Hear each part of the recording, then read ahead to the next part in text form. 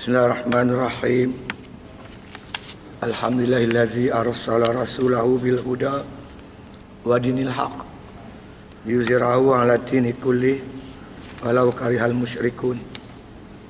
Shalli wa nusallimu ala hazan nabil karim Sayyidina Muhammadin wa ala alihi sahbihi ajma'in, amma ba'd. Mati sahabat muslimin muslimat yang dirahmati Allah Ta'ala sekalian. Jadi saya tengah hari ini ingin mengambil kesempatan untuk menyampaikan sedikit maklumat-maklumat yang berkaitan dengan sambutan Maulid Rasul sallallahu alaihi wasallam. Jadi seperti biasa, datang bulan Rabiul Awal, umat Islam seluruh dunia biasanya mengadakan majlis memperingati kelahiran Nabi kita Muhammad sallallahu alaihi wasallam. Jadi ada 2-3 perkara saya nak sampai. Yang pertamanya, sejarah kelahiran baginda sallallahu alaihi wasallam, sejarah sambutan kelahiran Rasulullah SAW ataupun disebut sebagai sambutan Maulid Rasul. Yang kedua iaitu hubungan kita dengan Rasulullah SAW sebagai muhasabah, sejauh mana keimanan kita kepada Rasulullah SAW. Dan yang ketiganya iaitu kewajipan kita terhadap Rasul. Jadi ini 2-3 perkara, poin-poin yang saya dah sebut, yang insyaAllah akan makan masa lebih kurang 40 atau 50 minit insyaAllah. Jadi pertama-tama tuan-tuan sekalian, iaitu tentang sejarah sambutan maulid ini. Jadi kalau kita amat-amati dan kita tidak berjumpa dengan satu kisah ataupun hadis yang Nabi menyuruh kita mengadakan majlis maulid ini atau maulud ini. Sebab itu zaman Nabi tidak berlaku diadakan majlis-majlis seperti majlis Barzanji ataupun majlis-majlis menyambutlah, memperingati kelahiran baginda. Begitu juga di zaman para sahabat Abu Bakar, Umar, Uthman dan Ali, kita tak ketemu yang mereka ini mengadakan majlis sambutan maulid. Begitu juga di zaman para tabi'in maupun tabi'in. Tabi'in ini artinya mereka-mereka yang berjumpa dengan sahabat, tapi mereka tak berjumpa dengan Rasulullah, maka dipanggil mereka tabi'in. Begitu juga tabi'in. Maksud tabi'in ini, mereka tak jumpa sahabat, tapi mereka ini berjumpa dengan orang yang berjumpa dengan sahabat. Jadi sekitar sekitar 300 tahun lah. 300 tahun zaman Rasulullah, zaman sahabat, zaman tabi'in, zaman tabi'in. Sekitar 300 tahun kita tak ada yang kita tahu majlis diadakan majlis sambutan maulid ini. Ia berlaku sekitar tuan-tuan sekalian 500 tahun selepas kewafatan Nabi kita Muhammad sallallahu alaihi wasallam.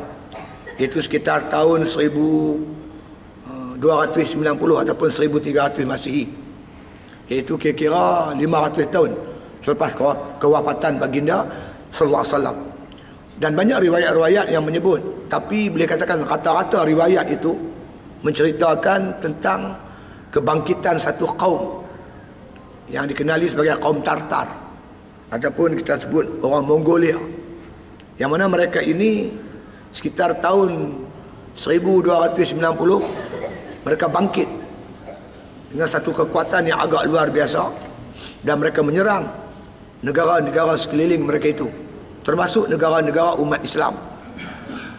Termasuk Baghdad pun menjadi mangsa serangan kaum Tartar ini, hingga Baghdad tumbang ke tangan orang-orang Tartar. Baghdad merupakan pusat pentadbiran Empire Islam ketika itu pun tumbang. Dan ketika itu tuan-tuan sekalian, orang-orang Tartar ni dia cukup berani terhadap orang Islam. Yang orang Islam ni pula takut kat Tartar. Allah cabut perasaan takut, perasaan berani ni kepada musuh, hingga orang Islam takut pada Tartar. Yang Tartar pula berani sungguh, dia bunuh ikut suka dia, sehingga dikatakan, makna kata bumi Baghdad tu banjir dengan darah. Seorang ulama terkenal daripada India, iaitu Abu Hasan Ali An-Nadawi, dia menulis satu buku menceritakan bagaimana kecut dan takutnya orang Islam ni terhadap kaum Tartar. Macam kita lah zaman komunis dulu. Orang Melayu takut sungguh dengan komunis. Kalau komunis datang kampung, dia ambil bapa, anak tak boleh buat apa-apa, anak tengok ya. Datang ambil anak, pak pun tengok saja, tak boleh buat apa-apa. Tak berani nak lawan langsung. Jadi begitulah makna kata yang berlaku pada umat Islam di zaman kebangkitan kaum Tartar ini. Abu Hasan Ali An-Nadawi dia tulis satu buku, dia menceritakan bagaimana seorang tentera Tartar. Dia ni bukan lelaki, dia perempuan. Dia melintasi satu masjid. Ketika dia melintas masjid itu, dia dapati dalam masjid itu ada 40 orang pemuda sedang beriktikaf. Perempuan Tartar ni panggil, mari sini ya. Aku tadi keluar pada rumah, aku niat nak bunuh kamu semua. Tapi aku terlupa bawa pedang. Tunggu sini, dia kata, aku nak balik ambil pedang. Dia balik ambil pedang. Dia datang semula ke masjid. Dia sendiri terkejut bila dia dapati seorang pun tak ada yang lari. Bukan tunggu nak lawan, tunggu suara kepala. Bayangkan seorang wanita Tartar boleh bunuh 40 orang pemuda Islam. Zaman tu lah kalau ada orang kata Tartar ni boleh dikalahkan, orang tak percaya. Orang kata mustahil. Begitulah anggapan orang Islam terhadap kekuatan Tartar. Selepas tentera Tartar ini dapat mengalahkan Baghdad, mereka mengarahkan pula serangannya ke bumi Mesir. Dan mereka mula bergerak menuju ke Mesir. Mesir ketika itu belum ada terusan Swiss. Boleh dilintasi ikut Gaza sana tu. Terusan Swiss itu kemudian baru buat. Maknanya ada jalan darat untuk pergi ke Mesir. Mereka mula bergerak. Dan pergerakan tentera Tartar ini sampai kepada pengetahuan Sultan Iskandar Khotas. Ketika itu yang memerintah, Sultan yang memerintah Mesir. Maka baginda segera memanggil para alim ulama, berbincang, bermuzakarah apa patut kita lakukan sebelum tentera Tartar sampai ke bumi Mesir. Dalam perbincangan itu para alim ulama buat satu cadangan. Cadangannya ialah supaya umat Islam Mesir, kita tuanku, kita adakan majlis memperingati kelahiran Nabi sallallahu alaihi wasallam. Kita adakan majlis dalam bentuk ceramah ke, tazkirah ke, forum ke, apa saja bentuk yang makna kata yang boleh membangkitkan semangat umat Islam untuk bangkit mempertahankan Islam dan juga tanah air mereka. Barulah diadakan majlis. Saya ingat lebih kurang seminggu, siang malam pagi petang, ulama kumpulkan umat Islam bagi semangat motivasi, tanamkan semangat jihad. Kerana apa tuan-tuan? Kerana mereka sedar dan insaf umat Islam ni, khususnya bangsa Arab, sebelum datangnya Islam, mereka merupakan satu bangsa yang cukup lemah. Kalau kita buka peta Arab sebelum datang Rasulullah, mana dia Arab? Boleh kata rata-rata bumi Arab dijajah oleh penjajah sekeliling mereka. Kita ambil Arab belah utara, bermula pada Mesir, sampailah ke Syria, sampai ke Jordan, sampai Lebanon. Ini semua wilayah ni dipanggil dulu Syam, dikuasai oleh tentera-tentera Rom. Kita tengok pula Arab di sebelah timur, seperti mana makna kata Iraq ketika itu, Arab Iraq dia dijajah oleh Parsi. Parsi sekarang Iran yang menyembah berhala, menyembah api. Arab Selatan khususnya Yaman dijajah oleh Habsyah. Oleh kerajaan Habsyah di Afrika. Boleh kata rata-rata bumi Arab ketika itu dijajah oleh penjajah-penjajah. Bukan setakat itu, orang Arab ni hidup berpecah-pecah. Hidup di nomad-nomad, kabilah-kabilah tertentu. Mereka tak ada kekuatan. Mereka hidup di padang-padang pasir, tak ada kekuatan. Allah nak tunjukkan kepada kita tentang betapa lemahnya Arab sebelum datangnya Islam.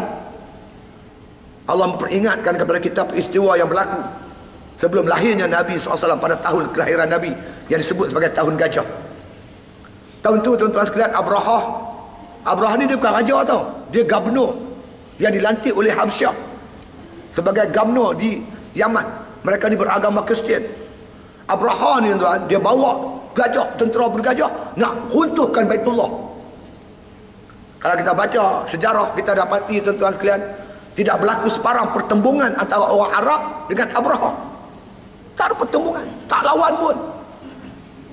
Apa, orang Arab tak sayang ke Baitullah? tempat mereka beribadat beratus-ratus tahun sejak Nabi Allah Ibrahim lagi.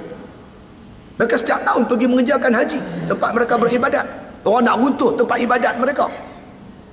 Tak lawan tuan-tuan, tak ada langsung pertembungan antara orang Arab lawan Abraha, tak lawan langsung. Kita orang Melayu ni kemetot-kemetot pun, kecil-kecil pun, penjajah datang kita lawan. Cuma orang putih saja tulis sejarah kononnya penjajah datang begitu mudah untuk menjajah tanah air kita. Bohong tuan-tuan. Kalau tuan-tuan baca betul-betul sejarah, tak semudah itu Portugis menawan Melaka, tak semudah itu. Ada seorang ulama tuan-tuan namanya Maulana Yusuf. Saya baca sejarah dia. Maulana Yusuf ni tuan-tuan, dia penasihat agama kepada Sultan Mahmud Shah. Bila Lopez di Square datang 1509. Jadi tuan-tuan sekalian, Maulana Yusuf dah tercium niat dan hasrat orang Kristian ini untuk menjajah Melaka. Maka dia segera menasihatkan Sultan Mahmud Shah untuk menghantar delegasi ke Turki. Maka delegasi dihantar ke Turki. Sultan, ketika itu tuan-tuan sekalian, khalifah di Turki membekalkan Maryam. Membekalkan Maryam juga membekalkan senjata api untuk lawan Portugis. Tuan-tuan boleh buka internet, tuan-tuan cari tengok. Manakah senjata-senjata gambar daripada bentuk-bentuk senapang, bentuk mana Maryam yang digunakan oleh tentera Melaka menentang Portugis. Bukan setakat itu tuan-tuan sekalian, bagaimana Maulana Yusuf ini membaca kitab Hikayat Amir Hamzah untuk membangkitkan semangat mana kata umat Islam Melaka mempertahankan tanah air dan agama mereka. Sebab itu tuan-tuan tengok bila Alfonso di Albuquerque pada tahun 1511 mendarat saja di Melaka, dia mendapat tetangan yang hebat daripada mujahidin Melaka. Lawan tembakan panah pedang, lawan semua, hingga menyebabkan tuan-tuan sekalian Alfonso di Albuquerque terpaksa berundur. Kemudian dia minta bantuan pada Goa India, datang bantuan tambahan. Serangan kali kedua ni lah orang Melaka tak mampu lagi bertahan kerana senjata api yang begitu banyak, meriam yang begitu hebat, tembakan peluru yang begitu hebat. Tapi lawan tu kita nak. Orang Arab tak lawan langsung. Kami di Perak tuan-tuan, apabila British datang, kita tak duduk diam, kita bunuh J.W. Bush, Presiden British. Sehingga tuan-tuan sekalian, British datang bawa bala tentera menyerang Pasir Salak, kemudian menyerang Kuala Kangsar. Kalau tak apa, lawan tu kita nak, lawan, tetap lawan yang kita mahu tu. Ini langsung Arab tak lawan. Orang Kelantan kenal siapa Tok Janggut yang sampai peringkat menawan Balai Polis Pasir Putih. Beliau ditembak mati, mayatnya digantung di Pasir Putih selama seminggu, Tok Janggut. Itu juga tuan-tuan di Terengganu, bagaimana Tuan Guru Haji Abdul Rahman Limbong, seorang syekh tarikat Naqsyabandi, bangkit dengan murid-muridnya menawan tuan-tuan sekalian Balai Polis Kuala Berang. Kemudian beliau diserang hebat oleh British, beliau ditangkap dan dibuang di Mekah. Kalau tuan-tuan tengok, kalau di Pahang lagi hebat Tok Janggut. Tok Janggut ni saya pergi ke kampung dia Pulau Tawar. Orang sana cerita kat saya kehebatan Tok Janggut. Mak Kilau. Mak Kilau ni tuan sekalian, dia menawan Balai Polis Hulu Kemelik. Dia bunuh habis semua gurka-gurka tu. Seorang dia tak bunuh. Dia ikat kaki, ikat tangan, dia bubuh atas rakit, kemudian dia toreh dengan kerih dia. Hampir habaq dekat Mak Saleh, ni Mat Kilau. Oh dia, lawan tu kita nak. Tapi orang Arab, Allah, Abraha datang nak untuk tempat ibadat dia, dia tak lawan. Itulah Allah nak tunjuk kat kita siapa Arab sebelum Islam. Termasuk yang jaga Baitullah, Abdul Muttalib. Dia pun calibut, lari. Dia duduk atas bukit, ya Allah ya Tuhanku, ini Baitullah Ummah, hang jagalah kami tak upaya. Tapi apa jadi bangsa Arab setelah Rasulullah datang membawa Islam, orang Arab terima Islam untuk diri mereka, mereka tegaklah rumah tangga mereka dalam masyarakat dan negara mereka. Akhirnya mereka menjadi bangsa yang kuat, bangsa yang hebat, menguasai 2/3 dunia, disebarkan Islam di pelosok pusuk muka bumi Allah Subhanahu wa taala ini. Sebab itulah tuan-tuan sekalian, kalau kita nak mulia mesti dengan Islam. Inilah Sayyidina Umar, dia bagi amanat kepada tentera Islam ketika tentera Islam berjaya menawan kota suci Baitul Maqdis. Antara lain Umar kata, nahnu qaumun a'azzanallahu bil Islam. Kita satu kaum yang dimuliakan oleh Allah dengan sebab Islam. Fa mahma nabtaghil izza bighairi ma a'azzanallah azallanallah. Kalau kita cuba mencari satu kekuatan yang lain selain daripada Islam, nescaya kita akan dihina oleh Allah Subhanahu wa taala. Dalam suasana kita teraba-raba, tercari-cari untuk dapat kekuatan, kita sambut Maulid. Renung sebentar. Bagaimana bangsa Arab yang lemah jadi kuat dengan Islam. Cara yang sama juga kita dimuliakan oleh Allah. Tak lain tak bukan dengan kita kembali mengambil Islam sebagai cara hidup kita. Rumah tangga kita, bukan kita aja beragama Islam, rumah tangga pun beragama Islam. Masyarakat dan negara mesti juga beragama dengan beragama Islam ini. Kalau kita ambil cara lain, kita berangan-angan. Seperti orang berangan-angan, sampan berlayar, sedangkan sampan duduk atas darat. Sampan duduk atas darat. Pasal apalah sampan ni tak mau belayar? Nak belayar macam mana duduk atas darat? Tarjun najata walam tasluk masalikaha. Innas safinata la tajri 'alal yabas. Mencari kekuatan tak ikut cara, tak ambil Islam. Sungguhnya kapal tak belayar atas tanah yang kering. Sampan duduk atas darat, kenapalah sampan tak belayar? Hang kena tolak pergi sungai, baru dia boleh belayar. Kita berangan-angan maksudnya. Maka tuan-tuan dibacalah sejarah perjuangan Rasulullah begitu begini, sehingga umat Islam Mesir bersemangat untuk mempertahankan agama dan juga negara mereka. Maka Sultan Iskandar Qutas tuan-tuan ketika itu tanya para alim ulama, bolehkah saya mengenakan cukai pada rakyat saya? Cukai apa? Cukai untuk beli senjata. Ambil cukai pada rakyat, beli senjata. Ulama kata, tuanku tak boleh ambil duit rakyat untuk beli senjata, kecuali tuanku jual dulu barang kemas yang ada pada isteri tuanku. Tu dia barang emas sampai ke siku, rantai sampai nak putih leher. Jual yang ni lu. Tak cukup, baru ambil pada rakyat.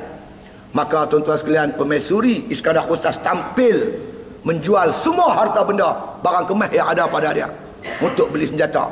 Bila rakyat Mesir tuan-tuan dia tengok permaisuri sendiri, orang nombor satu ni, wanita nombor satu Mesir ni dah korbankan harta benda dia, maka rakyat pun berlumba-lumba lah tuan-tuan mengorbankan harta benda mereka untuk membeli senjata. Senjata dah cukup, maka Iskandar Qutas isytiharkan jihad menentang Tartar. Bahkan dikatakan beliau sendiri tuan-tuan menjadi ketua tentera, bawa bala tentera umat Islam Mesir terus pergi ke Baghdad. Tentera Tartar daripada Baghdad mengarah ke Mesir. Di tengah jalan berjumpa di satu tempat nama Ain Jalut.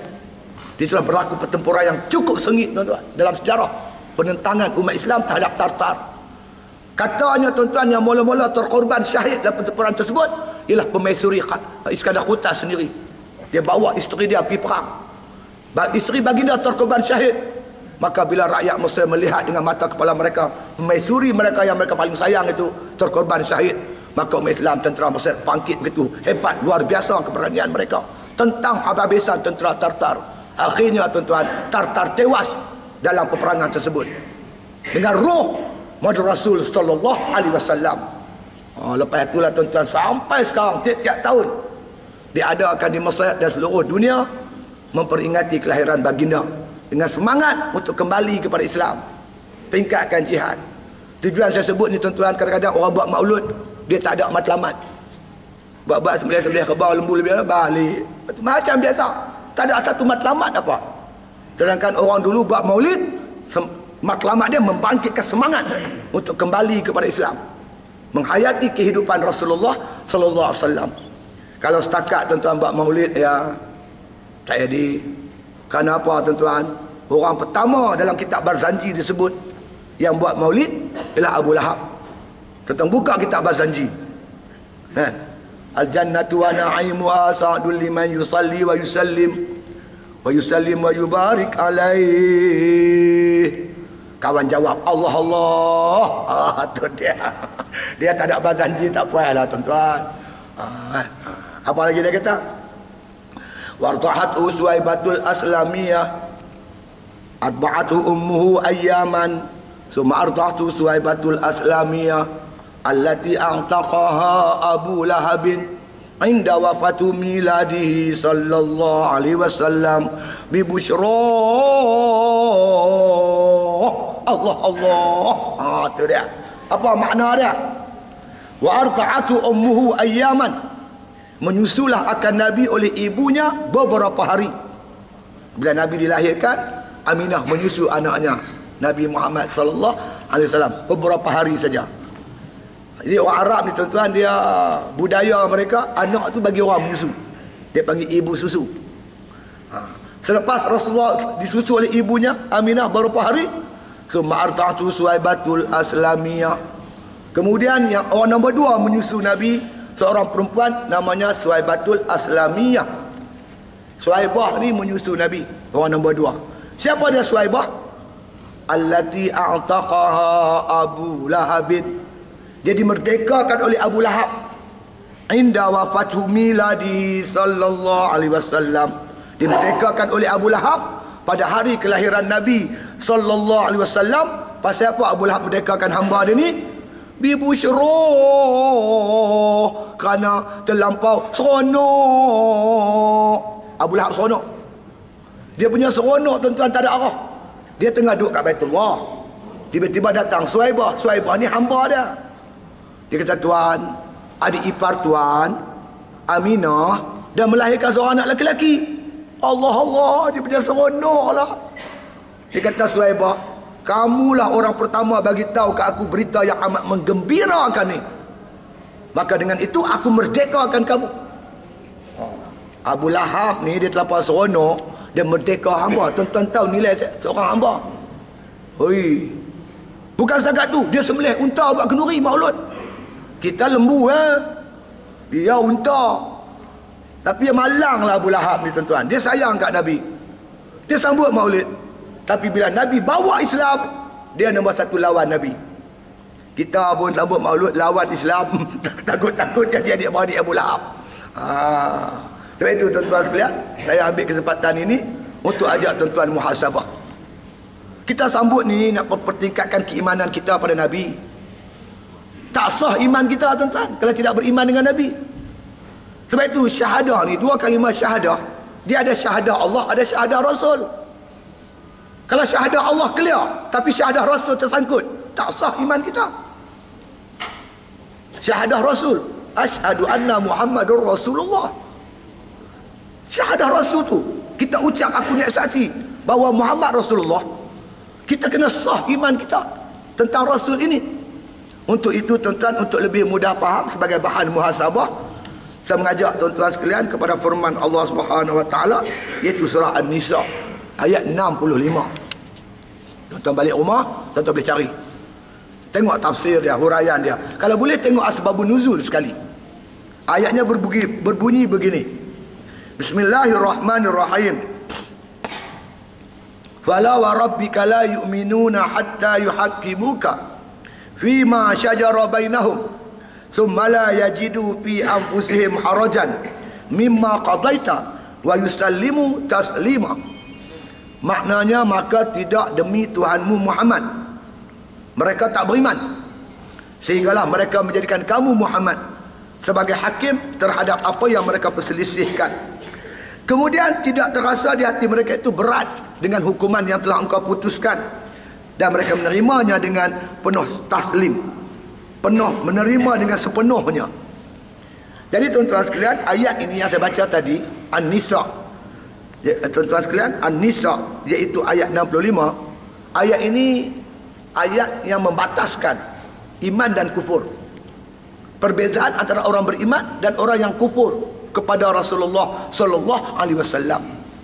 Untuk lebih jelas berkaitan ayat ini tuan-tuan, saya nak bawa asbabun nuzul, sebab-sebab turun ayat ni.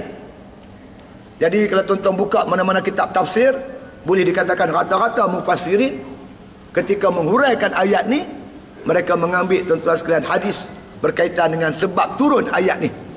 Diriwayatkan oleh Abdullah bin Zubair bin Awam radhiyallahu anhuma. Berikut kata Abdullah bin Zubair. Abdullah bin Zubair ni anak pada Zubair bin Awam.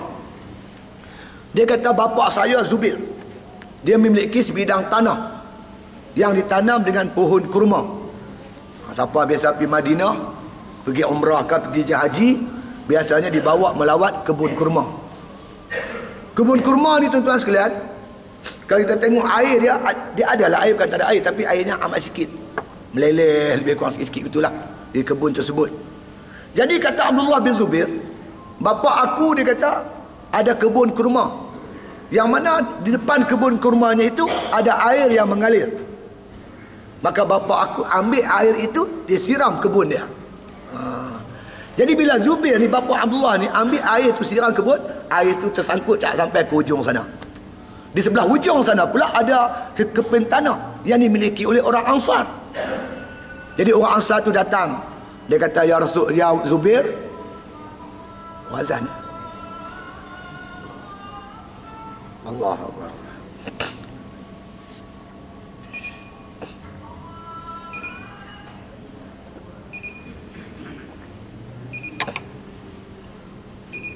Jadi oleh kerana Zubair dia cedok air ni, air tu tak sampai ke hilir, tersangkut. Di hujung sana ada orang Ansar yang ada kebun tamar dia datang jumpa. Dia kata, Zubair, patut kau lepaskan dulu tanah ni, air ni kat aku. Aku guna dulu. Lepas aku guna, kau gunalah. Zubair kata, tak, tanah air ini lalu ikut tanah aku dulu. Akulah berhak ambil air ni dulu. Jadi dua sahabat ni bertelingkah masalah air. Siapa berhak ambil air ni dulu? Oleh kerana keputusan tak ada, tuan-tuan, maka dua-dua sahabat ni mereka pergi berjumpa dengan Rasulullah sallallahu alaihi wasallam. Itu sikap sahabat. Fa in tanaza'tum fi syai' farudu ila Allahi wa Rasul. Kalau kamu bertelingkah apa masalah pun, kamu kembali kepada Allah dan Rasul. Rasulullah masih hidup. Maka dua-dua sahabat ni pergilah jumpa Rasulullah sallallahu alaihi wasallam. Bila Rasulullah dah dengar masalah ni, Zubair bagi tahu begini, yang Ansar pun bagi tahu, Nabi buat satu keputusan. Nabi jatuhkan hukum. Nabi kata, orang yang air lalu kot tanah dia dulu, orang ni ambil dulu.